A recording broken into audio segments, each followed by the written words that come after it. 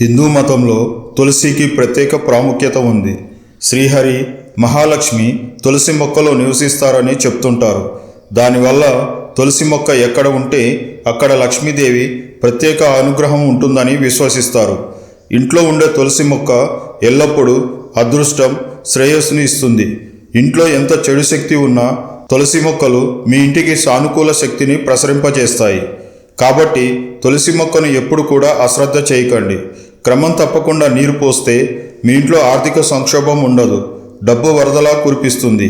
తులసికి ఈ ఒక్క నైవేద్యాన్ని పెడితే అనుగ్రహం కలుగుతుందంట. అదేందో ఇక్కడ తెలుసుకుందాం.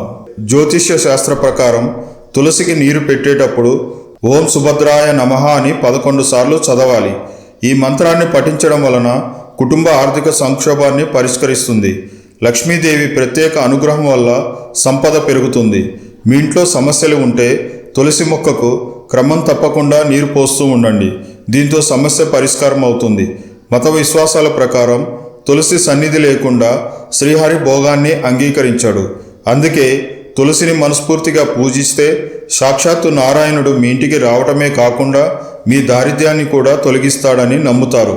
ప్రతిరోజు తులసి నీటిని సమర్పించడం వలన మీ ఇంట్లో ఉండే ప్రతికూల అంశాలు శాశ్వతంగా తొలగిపోతాయి. జై హింద్.